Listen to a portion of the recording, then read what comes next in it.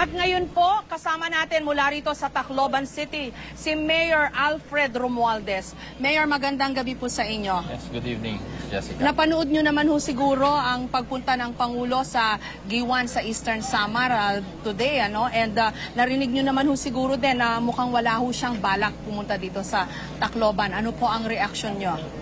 First of all, nabalitaan ko nga na nasa Giwan siya at may nagtanong nga sa akin at ang nasabi ko naman siguro maganda rin kung makapunta naman siya sa mga lugar na hindi pa niya nabibisita.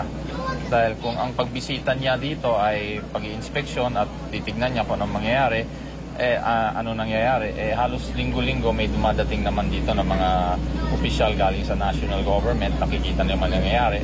Siguro maganda, silipin niya yung mga lugar na hindi pa niya napupuntahan. Kasi maraming lugar din na tamaan ng Pasensya na ho kayo, diretsuhin ko na ho kayong tanungin. Yes. Are you on good terms with the President or Malacanang? As far as I'm concerned, I've always treated my working relationship very professional. And ako naman, trabaho ko yan because I'm also very careful because I represent more than 240,000 people. And I have to be very careful with that because I also believe pag hindi magandang relasyon, baka naman hindi tulungan o baka maapektuhan naman yung mga tao. So I try my best to make that relationship strictly professional and do whatever is asked of me and comply to whatever is requested of me. So, kasi sabi ho ng Pangulo yata kanina, ilang beses naman na raw siyang nagtungo rito sa Tacloban to check on the rehabilitation. But still, no, people cannot help but speculate na mukhang inisnab niya ho itong inyong syudad kahit na of all the places na nasa lantapo ng Yolanda, kayo, yung syudad ninyo ang pinakanapuruhan at anniversary pa naman nung paghagupit po nito. I think kailangan naman natin i-distinguish also yung pagpapasyal niya rito at yung tulong na umaabot dito. Kasi minsan rin ang mahirap ay kung bumisita siya, lumalaki rin ang expectation ng tao at yun ang pinagbabasihan at nadidisappoint later on kung hindi naman nangyari yung mga nangyari o sinasabing mangyayari. Kaya ako naman, ang ano ko lang dyan, ako, hindi ko na iniisip yun kung masama ang loob ko tungkol doon. What's important to me is how the people feel about it. How the people feel about it. Because I believe yung iba naman dito, parang naghahanap rin lang konting, siguro, iba na rin yung mapasyalan ka ng tatay ng Pilipinas, hindi ba? So, yun, hinahanap rin naman nila yun. So, there are complaints na medyo nababagalan sila sa mga nangyayari. Kasi hindi ko rin masisi naman pag tinitingnan ko dahil kalimitan tinatanong sa akin, Mayor, bakit naman nakikita namin nila pinapalapad yung kalye kung ano-anong ginagawa na may infrastruktura. Pakatapos ito naman yung talagang makakatulong sa amin, yung pagbigay ng bahay, bakit masyado natatagalan? Ako naman sinasabi ko, kasi may proseso rin yan. Hindi lang paglagay ng bahay, gagawa pa tayo ng buong township, may mga utilities pa dyan, marami tayong mga gagawin dyan. Pero siyempre, hindi mo rin matanggal sa kanila na iniisip nila, yung tulong ng gobyerno ay panay indirect infrastructure which eventually will help them, local economy which eventually will help them, pero house that will directly help them. So they're saying, sabi niyo naiintindihan niyo yung sentimento ng inyong mga constituents, pero you must be feeling very hurt by all of this. Parang slight ho ba ito o insult or pag-isnab? How are you taking it? I guess just very frustrating. Because siyempre gusto ko rin maintindihan na dapat ang prioridad ng gobyerno, ang prioridad natin lahat ay tulungan yung kapwa-tao, tulungan natin na magkaroon ng bahay sila. Kasi mahirap maghanap buhay, mahirap talaga to move on. Yung nangyari dito sa Tacloban, ibang-iba dahil namatayan na sila, nawalan pa ng bahay, nawalan pa ng hanap buhay. In fact, ngayon lang sila nakikiramay sa isa't isa. Kasi nung nawala yung bahay nila, nawala yung hanap buhay nila, panay yung trabaho nila. Hindi muna nila iniisip yung mga nawala sa kanila, yung mga mahal nila sa buhay. Ngayon lang nila ginagawa yun. Kasi, kaya sinasabi ko, ang talagang malaking bagay sa kanila ay matulungan directly ang help. Kasi sinasabi natin, ang humanitarian response hanggang pagkain lang Pero dapat ang humanitarian response ay sa pagbigay ng shelter. Basic right nila yan na magkaroon naman sana ng shelter at magkaroon ng bahay. At yun ang nirereklamo nila. Kasi mahirap nga, katulad niya, meron pa kaming 400 na nasa tents. Yeah, so isa rin yun. Humingi rin ng request dito yung private, yung sinasabing pribadong sektor na matulungan sila para makapag-umpisa ng negosyo. Hindi rin ho natulungan. Sana natulungan yun para makapagbigay naman ng hanap buhay yung mga negosyong yan. Pero hindi nga natuloy yun at hinihingi lang naman nila kahit loan hindi naman dole out So sana talaga matulungan sila kasi yun makatulog sa livelihood naman nila. Okay. Mayor, yung mga taga-Giwan, pinuri ng Pangulo right after tumama yung Yolanda for their preparedness. And then today, pinuri rin po uli ng Pangulo for their mabilis daw na rehabilitation. How did you take that? Parang in contrast kasi, parang wala ho yatang naririnig na reassuring words for your city or for kahit man lang hindi sa inyo. Ako naman, ang ginagawa ko, kung ano na lang pagkukulang, doon ko na lang fini-fill upan, doon ko na lang inaayos na sinasabi ko sa kanila na medyo naman, ang importante dito, we know what direction to take. We're fighting to get more resources. If we can get more resources, mas mapapabilis yung pag-ayos ng buhay natin. Pero ang basic lang dito, at maintindihan lang sana ng lahat, when we talk of building back better, it means the lives of the people. Not building back better, just only infrastructure. Kaya yun ang nagiging problema dito. Alam ng tao yan, alam nila na talagang build back better yung mga buhay nila. So yun ang talagang dapat ayusin. Pagkatapos, ang masasabi ko naman, dahil klarong-klaro na hindi naman rin naiintindihan ng national yung sitwasyon ng Tacloban, dahil highly urbanized city kami. Pagdating ng pangkaraniwan na araw, ay yung populasyon namin, lalo na sa araw, nagiging 300%. Kasi bakit? Halos lahat ng bangko nandito sa buong rehiyon. We have 90% of the banks nandito. Meron kaming 4 universities dito. 80% of the students are not from Tacloban. And yet, we're expected to give basic services for all of them. Kaya nung nangyari yung bagyo na yan, laging nagkukulang yung mga relief goods nila. Kasi sinasabi nga namin, yung populasyon namin na 240,000 ay hindi 240,000 yan. 700,000 yan. Kasi sa daming tao na nandito, parang Metro Manila, mas maraming tao nasa loob ng Metro Manila sa araw kaysa sa gabi. And nung tumama yung bagyo na yun, Friday yun. Pagkatapos, pag may bagyo pa, ang practice, lahat nagtatago sa Tacloban. Kasi nandito mga ospital, nandito yung mga hotel, kaya kulang din kami sa evacuation center. Dahil pinagbabasihan lang ng mga evacuation center, yung gagawa lang tayo based on our population. So we really have a bigger task to handle. Okay. Presidential snub aside, if it is indeed a snub, no, but that's how people, that's what people are saying. I guess the bigger question, Mayor, is how are you working with the national government? Kasi yun ang pinaka-importanting tanong ngayon. Kahit ba magkaiba ho kayo ng mga partido, paano ho ba? Yun ho bang rehabilitation efforts in cooperation with the national government? How is it proceeding? I think the mechanism there was to craft a master plan. That was asked of us, and we presented that. And we gave the reports necessary. In fact, it was communicated to me by Secretary Lacson himself that it was approved in the SONA, your master plan. Mula noong July na SONA, humihingi kami ng kopya, hindi naman ako nakakuha ng kopya. Ngayon, nabalitaan naman namin na pinirmahan daw niya yung master plan last week. October 30, yes, the President. Yes, so we're asking for a copy of that, only so we can see what was approved and so what you was don't not even approved. have a copy? Hindi pa po In fact, hindi rin kami nabigyan ng kopya ano yung na-approve ng presidente ng SONA. It's that bad, Mayor. Although you're trying to be very diplomatic about it. Yes, because we have to see where it is, because saan rin kami makakatulong, saan kami pwede pumesto para mapabilis lahat ito. Abay, paano ho kaya yan? Wala ho kayong kopya pala. Yun nga ho iniintay namin. Kasi katulad yan, anong paplanuhan namin, hindi namin alam ano yung na-approve, ano yung hindi na-approve. Kaya gagawa rin kami ng budget namin for the year. So, kailangan namin, baka magdoble-doble kami. So, ano ba talaga? So, we're just waiting for that. So, at best, would you say that medyo very antagonistic ko yung relationship nyo? Well, I don't know, but I think that is also happening to other LGUs. Maybe they're just not speaking up, but let's ask them. Because if you look at the rehabilitation also in Bohol, I think they had some problems there. So what we're trying to say is that kaya nag-partner nga kami with the United Nations in crafting a master plan para mapabilis ito dahil sila masanay sila diyan sa mga rehabilitations in disasters. Kaya doon ho kami pumesto.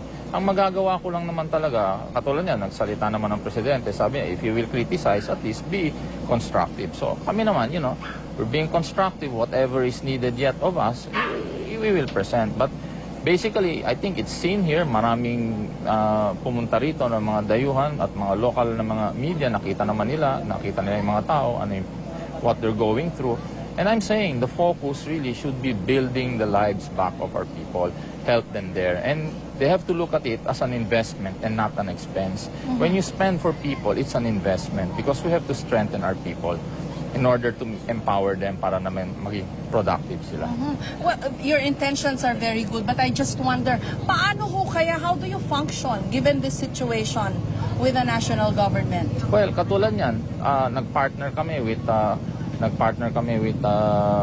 CRS, nagpartner kami with Operation Blessing, Operation Compassion, and from 2,000 shelters, 2,000 approximately families living in tents, we're down to 400, and we're trying our best to make as many transitional shelters as we can. So doon naman kami yun ang participation namin. We're trying to, and building now a master plan. Katulad niyan, ina-address namin yung issue na 40-meter no-build zone.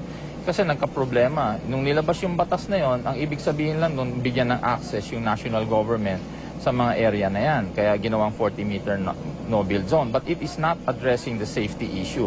Because in addressing the safety issue, the measure should be the level of the land compared to the sea. Because kung mataas nga naman yung lupa, hindi ka abutin ng storm surge. Kung mababa yung lupa, aabutin ka kahit 1 kilometro ng layo mo, pero 1 or 2 feet ka lang above sea level, aabutan ka ng storm surge. So, yun inaayos namin, ginawa namin yun sa master plan para may maayos naman. At least yung direction, maayos namin yung direction para pagdating ng resources, tuloy-tuloy na yung trabaho. So, maski pa paano, you can still work with them in some way. Well, it's part of... Mamimend ho ba yung inyong differences? Oo naman. I feel, naman. Kasi nandyan naman. Kaya ang sinasabi ko naman, maganda naman yung mga tao. Kaya tignan mo, pag meron dito mga nagre-reklamo, may nagpo-protesta, sabi ko, pasalitain na lang natin. Total naman, marami naman silang pinagdaanan na rin sa buhay. Hirap na rin sila. Dapat pasalitain natin para malaman natin. Because ultimately, it's the people that will judge. We are elected officials, even the president. We were given that mandate, that trust and confidence. But who owns all these resources? The people own it. So it's how we manage it that counts. So I think the ultimate guide here, or the ultimate test here really would be asking our people, how do you feel? What do you feel is happening? And based from my conversations with them and our interaction, nakikita nila bakit yung focus nga hindi direkta na ayusin na lang kaagad yung matitirahan nila at mabigyan nga sila ng sapat naman na shelter. Is there any attempt at all, Mayor, to have a parang serious talk with the President or Malacanang about all of these difficulties that you're encountering? Well, I think the best way to sum all of this up is that from what I read, the President had a cabinet meeting and he himself was upset na bakit mabagal. So I think he sees that also. So he has more authority than I have really to look into these different departments and agencies and start investigating and try to create mechanisms that will fast-track all of this because it concerns people's lives directly. So I think, that must be given high priority. I don't know if you'd care to give a message to anyone, probably in Malacanang, if not to the President. Well, we're trying our very best here na walang bahid politika. We respect the moves or decisions of the President. If he decides to do otherwise and not to come here, that's fine. But we're basically reaching out if we can create more mechanisms really to address this problem more immediate, preferably, kasi kailangan talaga ng mga tao. And hindi lang tayo tatamaan ng bagyo ngayon. Nagkataon lang Tacloban tinamaan. Pero with what we have now with climate change, we're gonna experience storms year in and year out. We might as well address this issue head on so we can create mechanisms now in addressing them quicker. Maraming salamat po, Mayor Thank you. Alfred Romualdez ng Thank you. Tacloban City. Thank you. the best of luck po sa inyong pagbangon dito sa Tacloban. Thank you. Thank you po. Welcome back. At ngayon po, kasama natin mula rito sa Tacloban City, si Mayor Alfred Romualdez. Mayor, magandang gabi po sa inyo. Yes, good evening, Jessica. Napanood nyo naman ho siguro ang pagpunta ng Pangulo sa Giwan sa Eastern Samar today, ano? And narinig nyo naman ho siguro din na mukhang wala ho siyang balak pumunta dito sa Tacloban. Ano po ang reaction nyo? First of all, nabalitaan ko nga na nasa Giwan siya at may nagtanong nga sa akin at ang nasabi ko naman siguro maganda rin kung makapunta naman siya sa mga lugar na hindi pa niya nabibisita. Dahil kung ang pagbisita niya dito ay pag-i-inspeksyon at titignan niya kung anong mangyayari, ano nangyayari, halos linggo-linggo may dumadating naman dito ng mga opisyal galing sa national government, nakikita niya man nangyayari. Siguro maganda silipin niya yung mga lugar na hindi pa niya napupuntahan kasi maraming lugar din na tamaan ng Pasensya na ho kayo, diretsuhin ko na ho kayong tanungin. Yes. Are you on good terms with the President or Malacanang? As far as I'm concerned, I've always treated my working relationship very professional. And ako naman, trabaho ko yan because I'm also very careful because I represent more than 240,000 people.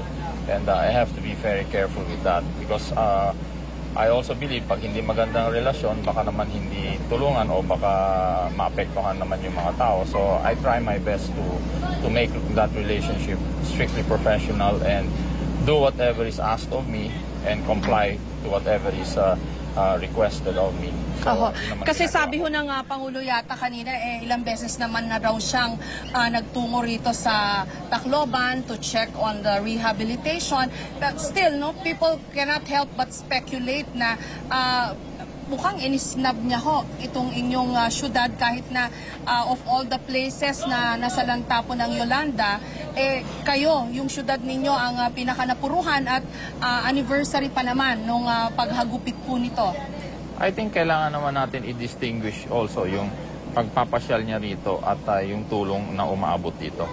Kasi minsan rin ang mahirap ay kung bumisita siya, lumalaki rin ang expectation ng tao at yun ang pinagbabasihan at nadidisappoint later on kung hindi naman nangyari yung mga nangyari o sinasabing mangyayari.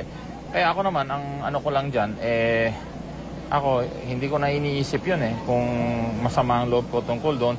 What's important to me is how the people feel about it. How the people feel about it. Because I believe yung iba naman dito, para bang naghahanap rin lang konting, siguro, iba na rin yung mapasyalan ka ng tatay ng Pilipinas, hindi ba? So, yun, hinahanap rin naman nila yun. So, there are complaints na medyo nababagalan sila sa mga nangyayari. Kasi hindi ko rin masisi naman pag tinitingnan ko dahil kalimitan tinatanong sa akin, Mayor, bakit naman nakikita namin nila pinapalapad yung kalye kung ano-anong ginagawa na may infrastruktura. Pakatapos ito naman yung talagang makakatulong sa amin, yung pagbigay ng bahay, bakit masyado natatagalan? Ako naman sinasabi ko, kasi may proseso rin yan. Hindi lang paglagay ng bahay, gagawa pa tayo ng buong township, may mga utilities pa dyan, marami tayong mga gagawin dyan. Pero siyempre, hindi mo rin matanggal sa kanila na iniisip nila, yung tulong ng gobyerno ay panay indirect infrastructure which eventually will help them, local economy which eventually will help them, pero house that will directly help them. So they're saying, sabi niyo naiintindihan niyo yung sentimento ng inyong mga constituents, pero you must be feeling very hurt by all of this. Parang slight ho ba ito o insult or pag-isnab? How are you taking it? I guess just very frustrating. Because siyempre gusto ko rin maintindihan na dapat ang prioridad ng gobyerno, ang prioridad natin lahat ay tulungan yung kapwa-tao, tulungan natin na magkaroon ng bahay sila. Kasi mahirap maghanap buhay, mahirap talaga to move on.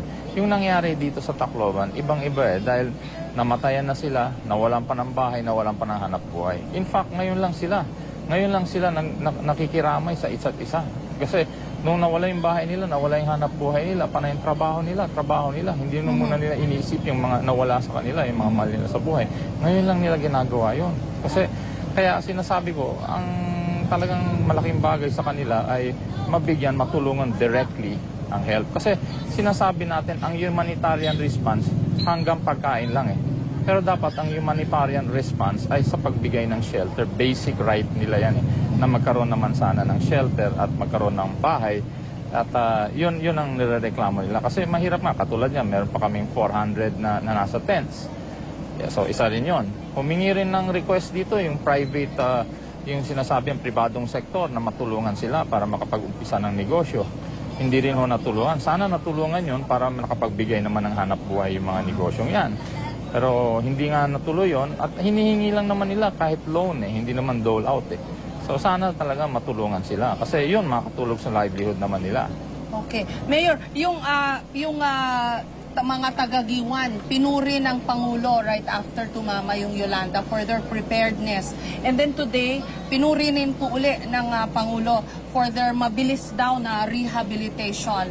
How did you take that? Parang in contrast kasi, parang wala ho yatang naririnig na reassuring words for your city or for kahit man lang hindi sa inyo. Ako naman, ang ginagawa ko, kung ano na lang pagkukulang, doon ko na lang fini-fill upan, doon ko na lang inaayos na sinasabi ko sa kanila na medyo naman, ang importante dito, we know what direction to take. We're fighting to get more resources. If we can get more resources, mas mapapabilis yung pag-ayos ng buhay natin. Pero ang basic lang dito, at maintindihan lang sana ng lahat, when we talk of building back better, it means the lives of the people. Not building back better, just only infrastructure. Kaya yun ang nagiging problema dito. Alam ng tao yan, alam nila na talagang build back better yung mga buhay nila. So yun ang talagang dapat ayusin. Pagkatapos, ang masasabi ko naman, dahil klarong-klaro na hindi naman rin naiintindihan ng national yung sitwasyon ng Tacloban dahil highly urbanized city kami. Pagdating ng pangkaraniwan na araw, ay yung populasyon namin, lalo na sa araw, nagiging 300%. Kasi bakit? Halos lahat ng bangko nandito sa buong rehiyon. We have 90% of the banks nandito. Meron kaming 4 universities dito. 80% of the students are not from Tacloban. And yet, we're expected to give basic services for all of them. Kaya nung nangyari yung bagyo na yan, laging nagkukulang yung mga relief goods nila. Kasi sinasabi nga namin, yung populasyon namin na 240,000 ay hindi 240,000 yan. 700,000 yan. Kasi sa daming tao na nandito, parang Metro Manila, mas maraming tao nasa loob ng Metro Manila sa araw kaysa sa gabi. And nung tumama yung bagyo na yun, Friday yun. Pagkatapos, pag may bagyo pa, ang practice, lahat nagtatago sa Tacloban. Kasi nandito mga ospital, nandito yung mga hotel, kaya kulang din kami sa evacuation center. Dahil pinagbabasihan lang ng mga evacuation center, yung gagawa lang tayo based on our population. So we really have a bigger task to handle. Okay. Presidential snub aside, if it is indeed a snub, no, but that's how people, that's what people are saying. I guess the bigger question, Mayor, is how are you working with the national government? Kasi yun ang pinaka-importanting tanong ngayon. Kahit ba magkaiba ho kayo ng mga partido, paano ho ba? Yun ho bang rehabilitation efforts in cooperation with the national government? How is it proceeding? I think the mechanism there was to craft a master plan. That was asked of us, and we presented that. And we gave the reports necessary. In fact, it was communicated to me by Secretary Lacson himself that it was approved in the SONA, your master plan. Mula noong July na SONA, humihingi kami ng kopya, hindi naman ako nakakuha ng kopya. Ngayon, nabalitaan naman namin na pinirmahan daw niya yung master plan last week. October 30, yes, the President. Yes, so we're asking for a copy of that, only so we can see what was approved and so what you was don't not even approved. have a copy? Hindi pa po eh. In fact, hindi rin kami nabigyan ng kopya ano yung na-approve